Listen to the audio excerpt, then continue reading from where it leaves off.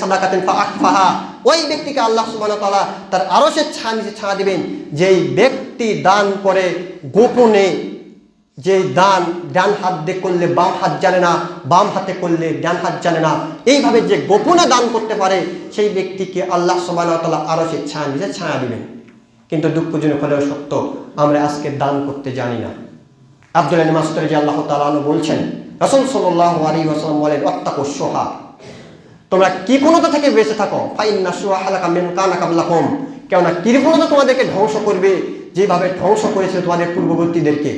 পূর্বে যারা ধ্বংস হয়েছে তাদের অন্যতম একটা ধ্বংস হওয়ার কারণ ছিল কৃপণতা, তারা দান করতো না। আজকে যদি আপনি আমি কৃপণতা করি, দান না করি, তাহলে আমাদেরকেও ধ্বংস হতে হবে যেমনভাবে আমাদের পূর্ববর্তীরা হয়েছে। আল্লাহ রাসূল বলছেন, আস-সাদাকাতু তুতফিউ খাতায়া কামা ইয়াতফু মাউন নার, দান মানুষের কবরের শাস্তিকে ওইভাবে মিটিয়ে দেয় যেমনভাবে পানি আগুনকে নিভিয়ে দেয়।